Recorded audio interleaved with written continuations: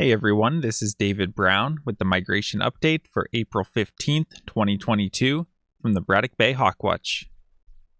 We are now officially halfway through the season, and today was a big flight to mark the halfway point. So if I show some photos of the weather from today, the morning started off beautiful with some sunshine and southwest winds and just perfect conditions. As we got towards noon, the weather began to deteriorate. We could see various dark clouds around us, and we had a sudden wind shift right around 1 p.m. where the wind just greatly increased and switched to a more westerly direction, and just one of the strongest winds I've ever felt out there. Everyone bailed off the platform except for me. There was stuff flying everywhere, people losing hats, and it really knocked the birds down as well. And about 1:30, the rain began. Here's a photo taken from near my car. You can see it just developed into kind of a steady drizzle with pretty strong southwesterly winds continuing. But even with those good winds, when it's gloomy and rainy, there's just not much activity. Let's take a look at some bird photos. When I pulled into the parking lot, the first thing I heard was this purple finch singing from a treetop. Here we have a juvenile Cooper's hawk. So remember, Cooper's hawk, big head and rounded tail because the outer tail feathers are shorter than the central ones. Juvenile has this brown teardrop streaking. Here we have an adult broad-winged hawk, and we just saw our first broadwings of the season a few days ago, and today was the first big day for them. We had a total of 740. Here's a group of 4 sandhill cranes, and we had a lot of groups of cranes today. The biggest group I saw was 13.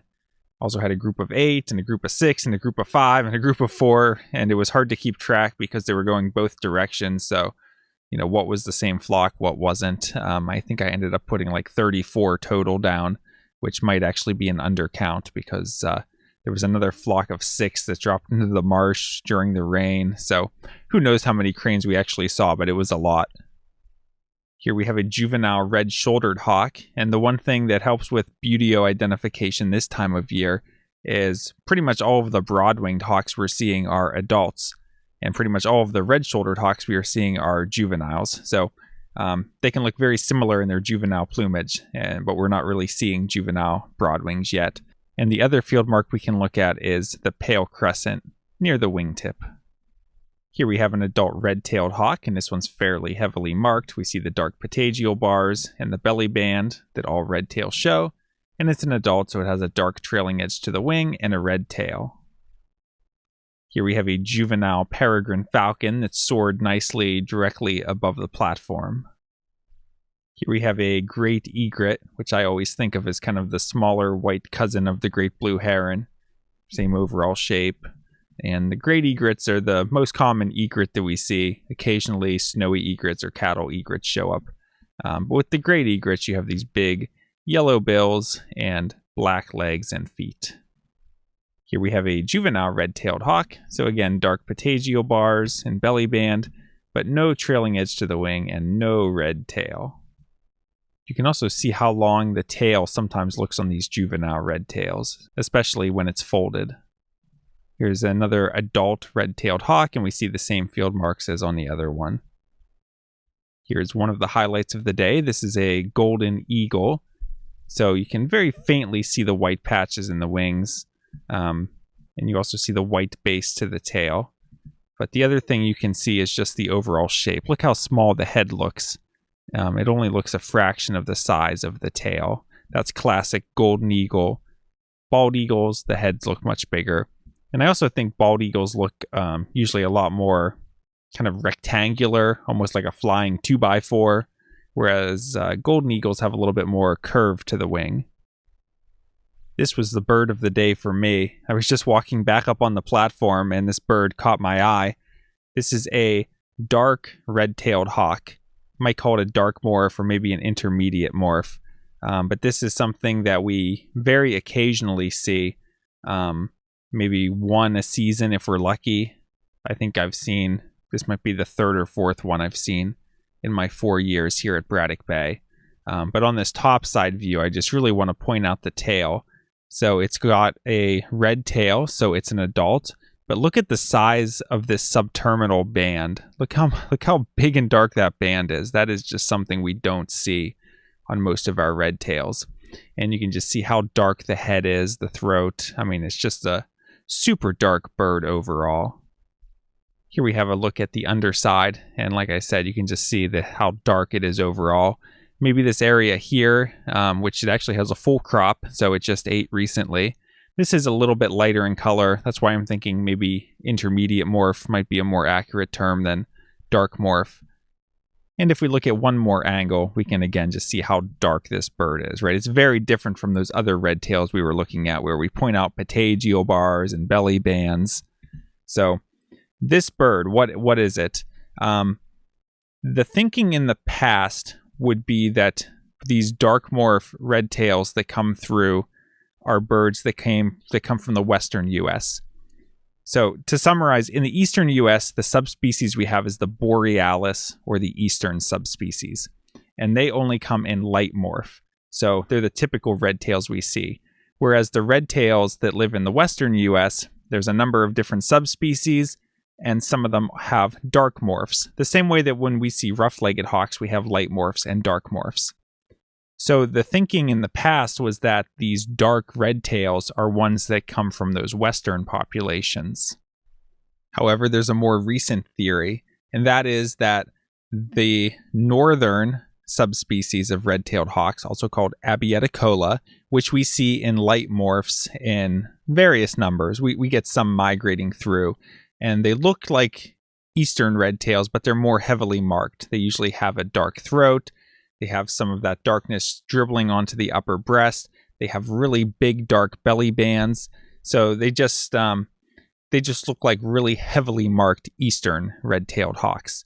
The theory is that subspecies, which nests way up north in Canada, has a dark morph. And as far as I know, it hasn't really been proven, but just it's something that over the past couple years, there's been a lot of speculation. There's been a lot of research. I know that there's various places that are trying to put transmitters on these dark morph birds to see where they're going to nest and track them to discover if there truly is a dark morph of the Abieticola subspecies.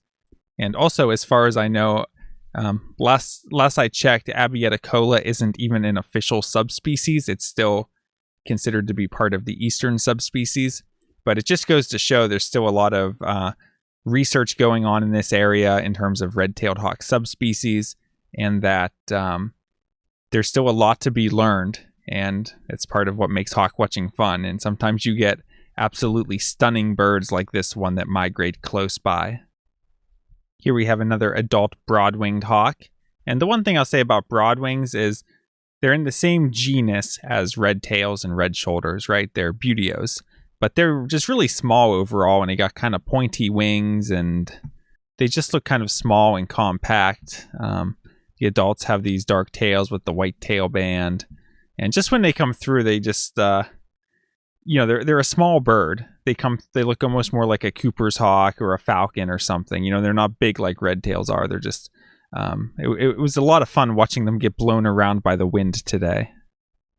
And speaking of getting blown around by the wind, this barn swallow was flying when the wind was at its strongest and somehow was managing to stay off the ground. All right, and if we look at the eBird checklist, 59 species today. And you'll see that a couple things. Actually, golden eagles are marked as sensitive now. I think that's just to protect any possible breeding populations that may be discovered. I'm actually not sure if there's nesting golden eagles in New York State. Someone asked me the other day. I think if there are, it's probably kept secret. But anyway, so if you look at my checklist, you might not be able to see when I report golden eagles from now on. And for the red-tailed hawk, for the dark one, I reported it as red-tailed hawk Calurus/Abieticola. I guess that's the appropriate way that they want people to report these kinds of birds.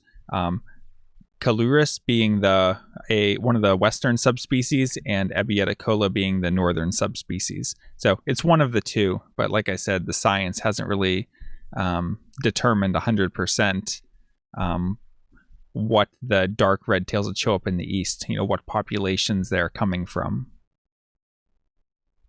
And if we look at hawk count for our migrant raptor totals, we had 334 turkey vultures, 3 osprey, 21 bald eagles, 7 northern harriers, 73 sharp-shinned hawks, 4 Cooper's hawks, 6 red-shouldered hawks, 740 broad-winged hawks, 64 red-tailed hawks, 1 golden eagle, 7 American kestrels, and 1 peregrine falcon, for a total of 1,261 migrants today. And the only new species for the season was a lesser yellowlegs that flew by. And looking at the forecast, for tomorrow we're looking at rain and snow showers early, then overcast, high in the low 40s, winds west-northwest at 10 to 15. So not much wind, kind of gloomy overall, precipitation in the morning, so probably won't be a lot of raptor activity, which, like I mentioned before, is a little unfortunate because I know a lot of people are coming out from the Raptor ID class, but no matter what, there should be birds around, so we'll do the best we can to point out a lot of birds, even if they're not raptors, and the winds will be fairly light, so there should be songbirds around, and we'll make the best of it. Maybe there'll be a lot of ducks on the bay from the rain overnight. You never know.